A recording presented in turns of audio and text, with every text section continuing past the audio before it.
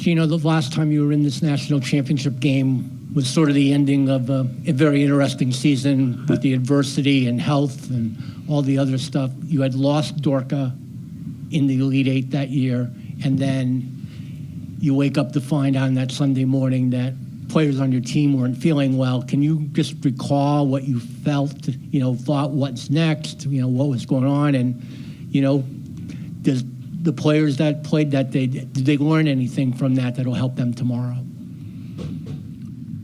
Oh, well, that would be only Paige, if I remember correctly, that's left from that team. AZ played like 2 minutes, 3 minutes, and was vomiting all morning. So Paige is the only player here that actually played in that game. And I remember going out to the game, talking to our coaches before we, went into the locker room. I said, one of two things is going to happen tonight. We're either going to win a close game, maybe in double overtime or something like that, because South Carolina doesn't play great, or we're going to get blown out. This is not going to be one of those, we lost by 10. And I was right. 5 minutes into the game, we got blown out. So, yeah, you have to show up with enough players that at least you have a chance. But just showing up isn't going to get it done for you, I think you have to come to this particular game feeling like you have all your bases covered, and then at the same time, you have to play exceptionally well. Nobody's going to lose the game tomorrow night. Somebody has to go out and win it, and that's really, really difficult to do, to beat a really, really good team. And as I've been saying this whole tournament, we have a very difficult task tomorrow night, and so do they. And that's the way it's supposed to be on championship night. We're going to stay to our right, do a little bit of a triangle. Howard, Doug, Nancy. Geno, Howard, Matt Dalton, it's good to see you. When you look at what South Carolina has done, they've reached their 5th consecutive Final Four. There's a handful of programs. It's you, it's Stanford who's done it. You've had the opportunity to have an elite top-level rivalry with Pat Summitt in Tennessee, and now here, South Carolina and Dawn. And I'm just wondering what you took from the rivalry with Tennessee and in what ways you feel like it's informed the way you think about that. Do you take a step back? Do you think about it as something larger for the game, and just what your perspective is on it?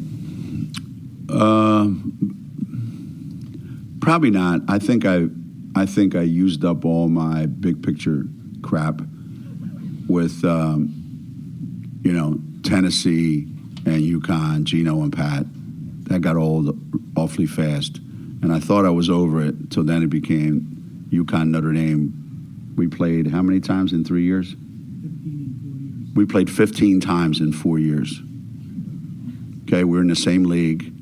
We played twice, conference championship, NCAA tournament. We go both teams undefeated in the national championship game, blah, blah, blah, blah, blah. Then Muffet loses her mind about some crap. I don't know what the hell she was talking about. So then that became like, I just want to go coach my team and see what happens. And and then the rivalry supposedly wasn't a rivalry at the time. We play South Carolina because, I have a lot of respect for Dawn. We start playing. First 5 years we played, every game was a blowout for us. And then all of a sudden, things changed like you knew they would. Not going to stay like that forever. So the more things change, the more they stay the same. Now here we are, and it's almost like a recreation of those two things going on, where two teams are somewhat sort of constantly in each other's way, although we haven't been able to provide the kind of, we beat them Paige's freshman year, but we haven't been able to provide the kind of punchback, until this year that, I hope that rivalry demands and needs. Going forward, if it stays like this, I'm not going to be here for that long, but if it stays like this for the next, 5, 6, 7 years like the other two did, then that's not a good thing for women's basketball. That's not a good thing for women's basketball. I mean, I hope one of us is here every year. It's like anything. Like in the Super Bowl, you really don't want two teams that no one's ever heard of, and you don't want two 5 seeds playing for the national championship. Everybody loves, the favorite, and everybody loves a villain. So, a lot of times over the years, I've provided both.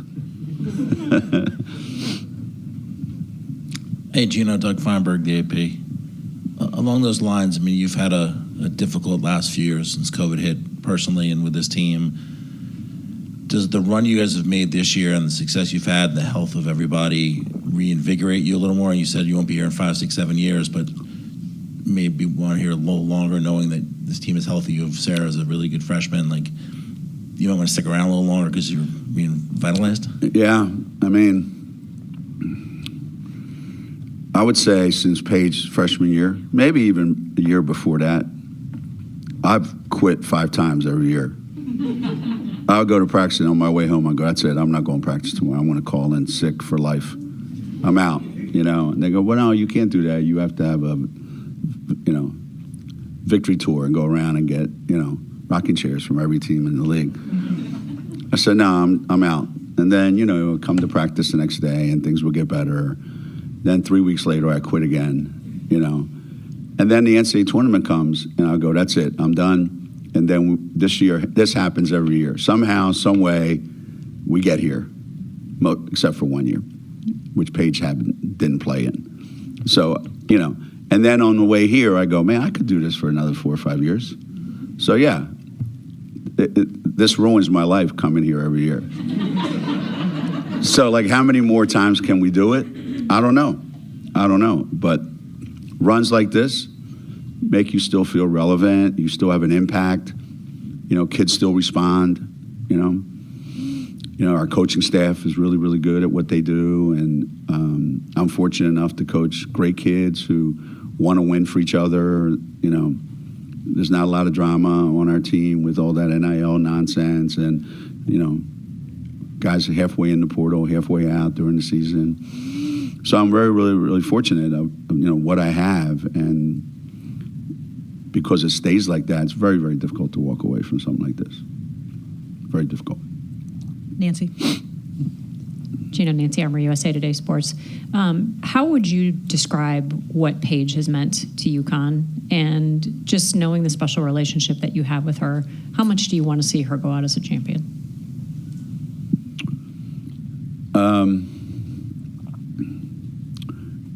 Again, if you're in this for the first time, you really don't have the appreciation for what it really is. If you're fortunate, like I've been, what that feels like when someone who's given their whole heart and soul to your program walks off the court in their last game of their career with a national championship, because I've been there. It started with Rebecca and Pam Weber, walking off as seniors, winning a national championship. And you see the effect that it has on their life. And Paige doesn't need anything to change her life, to make her life better. She's got a life that most people would dream about. But for someone who's invested so much into the University of Connecticut, the community, the team, her teammates, and loves the game so much, she deserves to go out as a national champion. But so do a bunch of kids at South Carolina that have done the exact same thing. And that's the beauty of it. Only one of those is going to get to be able to do that. And what I want for Paige is the same thing that Dawn wants for, her kids. And so that's why whoever doesn't get the opportunity to do that, it stings, it hurts, it's going to take a long time to get over that. But at the same time, it's not going to be your defining moment. Go to the back. You can raise your hand. Hi, Emma Baccellieri, Sports Illustrated. Geno, you said last night that you didn't think they had made any mistakes, that you were humbled by how they had played. Do you ever remember saying that after a game? And have you discovered any mistakes in the last 12 hours? No, I never said that before. I think any of the teams that I brought here, and I brought some great teams, but this team, you have to lie to them once in a while. You know, you can't tell them the truth all the time because they start to get down. Oh, my God, coach doesn't like us. You know, it's that. So every once in a while, you got to tell them they're perfect and fantastic and all that good stuff. And then you got to text them after and make sure, are you still fantastic? You know, after I said you're fantastic, you know, that kind of stuff. But last night I was pretty close to being right, that the goals that we set for ourselves, this is what we're going to do. They completely bought into that, completely did it in a way that I would say, how could we do that better? And I don't know that we could. You know, every decision that we wanted them to make, they came as close to getting that many right as they possibly could. You know, our big guys, you know, our post players, here's how we want you to try to guard, you know, their post players. And they came about as close as you can possibly come to doing that, you know. Our guards, here's how we want you guys to guard the perimeter players. Here's what we want to do offensively. These are the shots we want to get. And a lot of times the first time we played UCLA last year, we had the same goals, and we accomplished none of them. So that's why, you know, a game like last night on the biggest stage, in their biggest moment, for them to come up, you know, that close to that, yeah, that was pretty special. Michael? Thank you. Coach, I know being with UConn, people never feel sorry for UConn, right? But if you go back the last several years with Morgan Williams' shot, Enrique's shot, the moving screen last year, you've had some real heartbreak in the Final Four. And I wonder for you personally, even though you've won 11, does some of that heartbreak of the last 9 years make this chance even more special to you because you've had those frustrations? Yeah, but I got to tell you something. I don't look at those 2 years, the Mississippi State game, the Notre Dame game, I don't look at those two as heartbreaking frustrations. Now, I would have if I didn't make two decisions in both of those games that I think have more to do with us losing than those two buzzer beaters. So that's the frustration that I take away from that. Why do you keep screwing it up for these guys?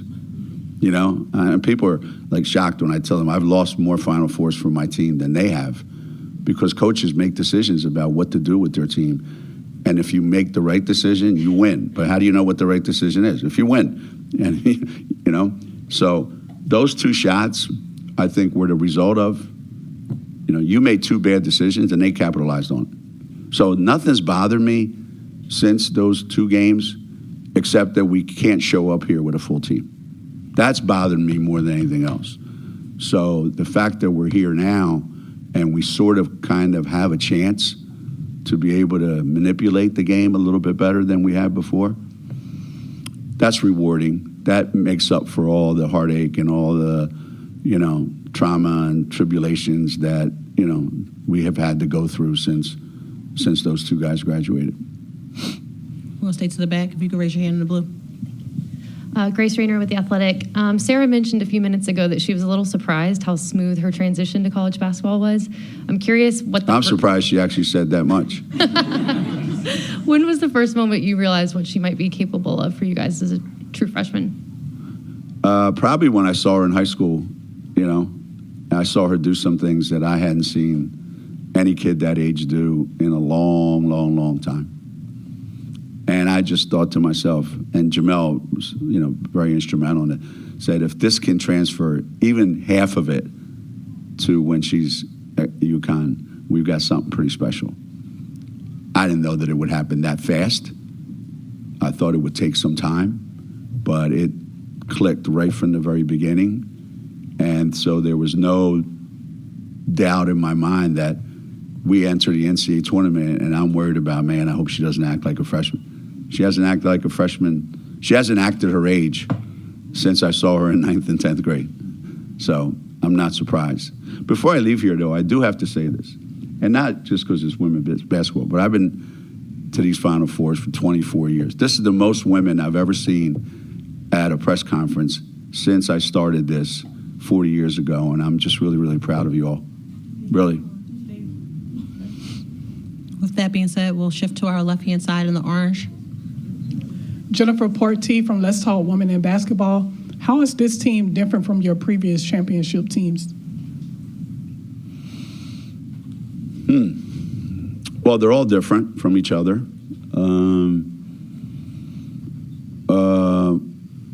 We probably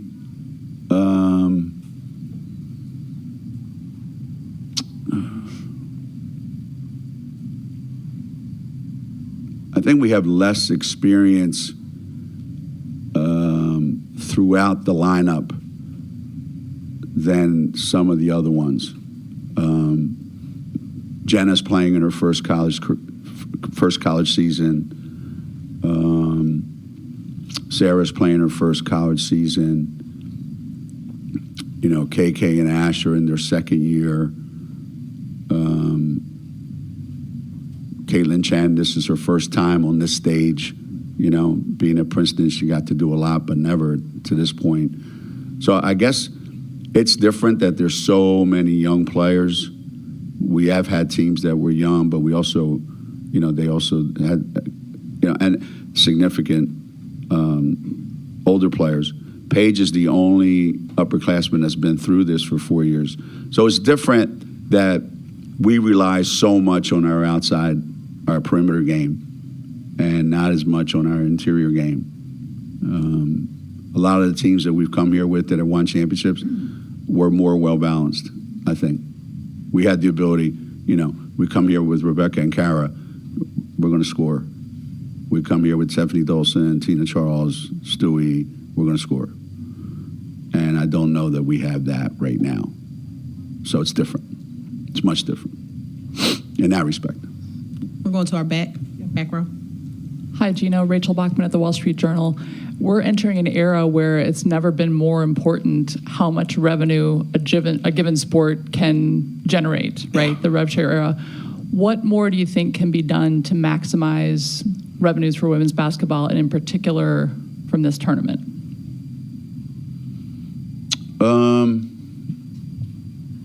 Charge more, like everybody else does, for everything.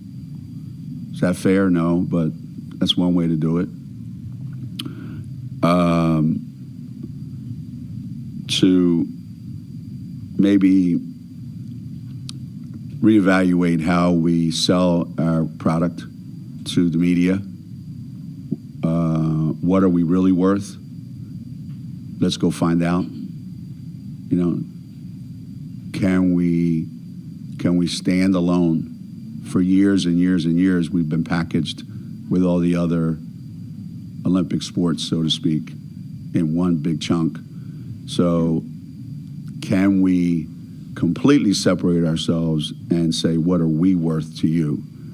And it may not be to the exact people that are doing the games right now. It might be to somebody else, because there's so many more choices.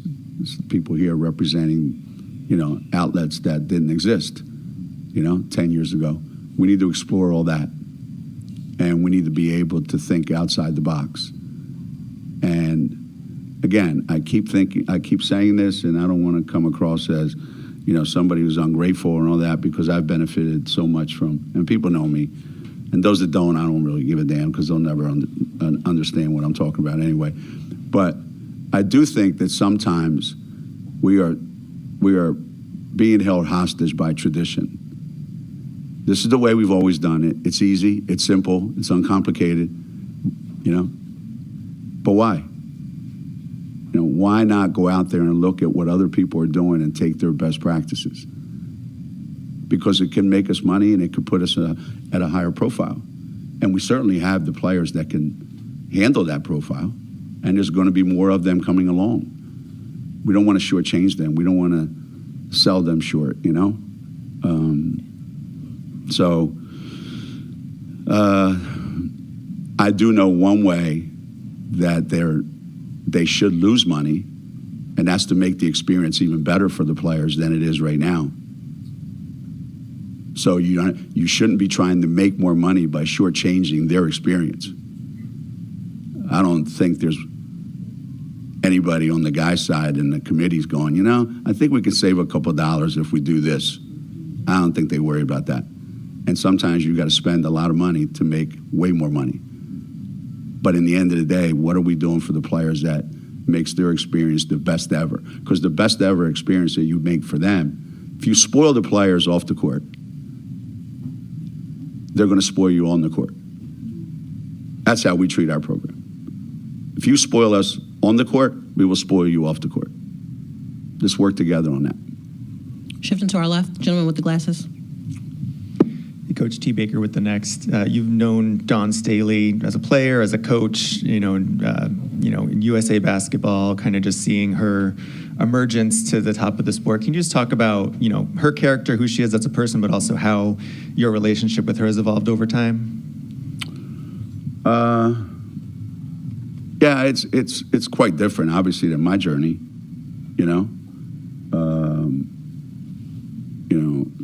growing up, she played at a real high level at UVA. I coached at UVA. So we have that in common.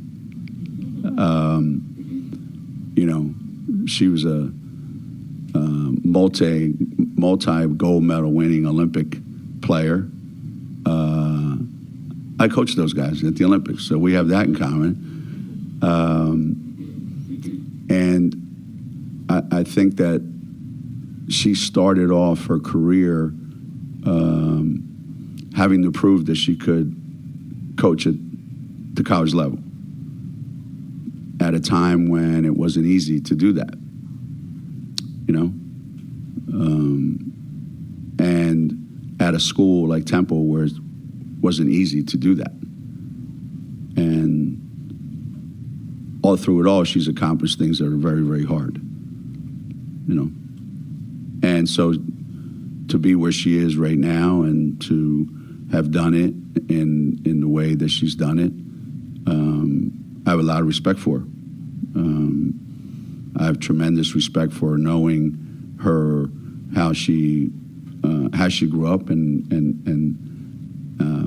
how hard she fought to get to where she is today. She was on my staff at the Olympics, so we got to spend a little bit of time together there. And you don't get here by accident. You get here by being committed and true to who you are. And she doesn't try to be anything she's not. And she's all in on who she is and what she wants to do. And that's why they keep coming back here. Alexa Philboot, ESPN. I have two, if I could. The first one. Just due to time, we actually can only take one. All right, we can do that. But I'll answer it twice if you want. It wasn't that long ago you guys lost to Tennessee. It was really a big turning point in your season. Yeah. What do you feel like it took, or how did the team get from that game, that experience, to being able to peak at the right time? I know you have to. That's the goal every year at UConn, but for this particular team, how did you get them to get to this spot?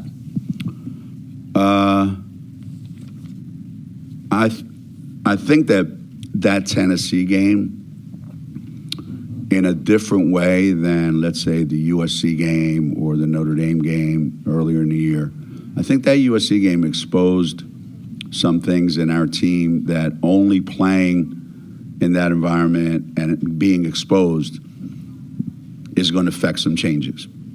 No matter how much you see it in practice, no matter how much you show it to them, in practice, until they feel the sting of that in a big game, in that moment. So there were things that we really broke down on. I mean, we broke down defensively, we broke down offensively in a lot of ways. Some of our players that we were really, really, really counting on really struggled, probably more mentally than physically. And we came out of that game and took all those things and went home. And the team was really, really ready and receptive to these are the changes that have to be made.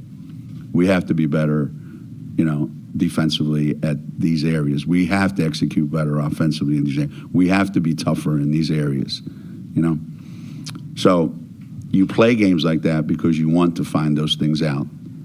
And that was a huge, huge benefit for us. And we have players that want to get better every day, and that was the impetus that we needed that particular game. We'll take another question from the back.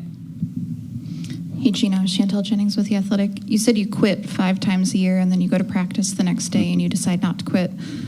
What is it that you can't quit? Like, is there a consistent moment or experience in those practices that keeps drawing you back? Yeah, when you get to be 40 years in one place and my age, you have a lot of people on my payroll, I probably got more people in my world collecting checks from my house than come from the federal government, which you might not be getting any of those anymore either, so I don't know. I think there's a lot of people counting on me to keep doing what I'm doing at UConn, on my team, on my staff. I think they're counting on me to keep going and keep impacting and keep doing what we do. My staff are relentless recruiters, and they're relentless in individual workouts with our players. So they're committed to what are we doing now? What are we doing next week? What are we doing next year? What are we doing for the future?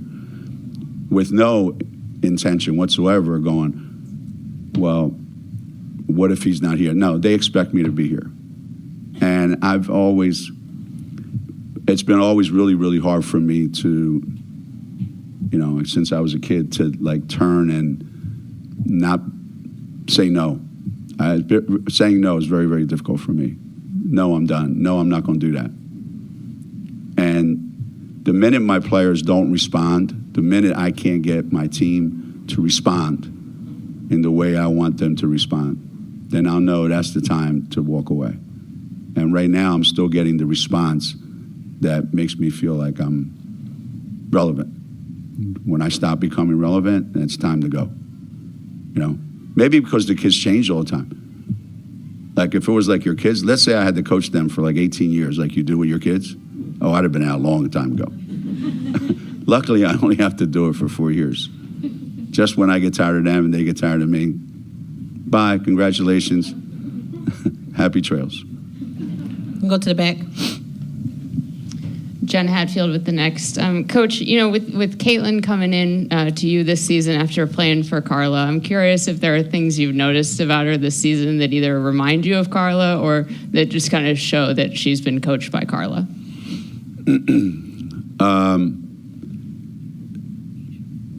She's definitely a product of a program that values the same things that we value and coaches and teaches the same things that we teach. Maybe in a different way, but still, it's the same. It's the same. She's not afraid to use her voice. She walks into a situation that any kid would be intimidated by. I'm walking into UConn and I've got Paige Bueckers over here and I got AZ Fudd over here and I got this guy here, and now I'm going to walk in and I'm going to go, okay, give me the ball, I'm in charge. It takes a lot of guts to be able to do that. And one thing that I know the Princeton players are, they're tough and they're full of guts because they have to be to get to where they want to go. And she was the go-to player on that team and was okay coming here and taking a smaller role. And yet the other day, when it was time for a big role against USC, she stood up and embraced it.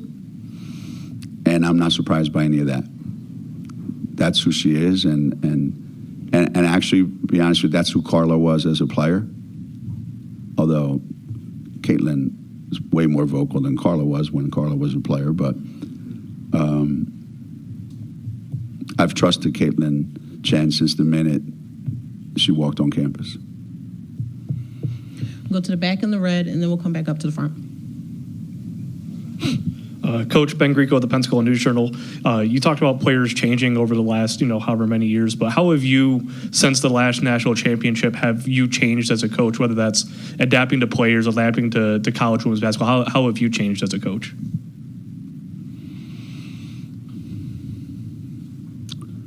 Hopefully a little. Hopefully not a lot. I do think that I heard a great line. I don't know if you ever saw the show or read the book, A Gentleman in Moscow. It's one of the best books I've ever read. And there was a line in that by Count Rostov where he said, times change, and it's the duty of gentlemen to change with them. So yeah, I've tried to change with the times. But I've not given up what I believe in and how I think things should be done and what my standards are and what my beliefs are in terms of how to get to those standards. That hasn't changed. And what kind of kid I want. So yeah, I've had to adapt to all the things that have changed in all the world of college sports, college basketball in particular. But I've also forced the players that come to Connecticut to adapt to me and not think that they're going to go to college and stay the same and have me adapt to them more than I wanted them to adapt to me. And it's the way I always talk to them. You came here because we have something you desperately want. So you have to adapt to what we do in order to get that. And then we will accommodate you as you are adapting to a point. And we work together. I make them change, they help me change. Front row. A little bit. Hi, Coach. Maya Ellison with Rising Media Stars. The one thing that stands out about this team is their heart. And a part of that is your better half, Miss Kathy. I want to know, how has her heart and her influence really helped the girls this season, and especially for some of the young players? It's been like that from the very beginning. There were times when players would show up at my house and I'd be like, what are you doing here? And they'd come to have dinner with Kathy and I would just leave. I would go find something to do. Anytime I'm home, anytime I'm losing it over something that is happening with, some of the players, she's the first one to take their side of it and make it less personal. Like, why are you thinking that? Why are you feeling like that? You need to put yourself in their shoes more and see what are they feeling? What are they thinking? Always make me look at it from their point of view. And always road trips, after games, she's their biggest cheerleader. She's the one in the locker room whenever to celebrate. And, I don't think any coach or anyone in the world that's trying to accomplish something that's really, really difficult and where it takes you away from your family a lot can possibly do it without someone that understands and is embracing it and is willing to be a willing partner and all that. So, her relationship with all my players, all my teams is pretty special.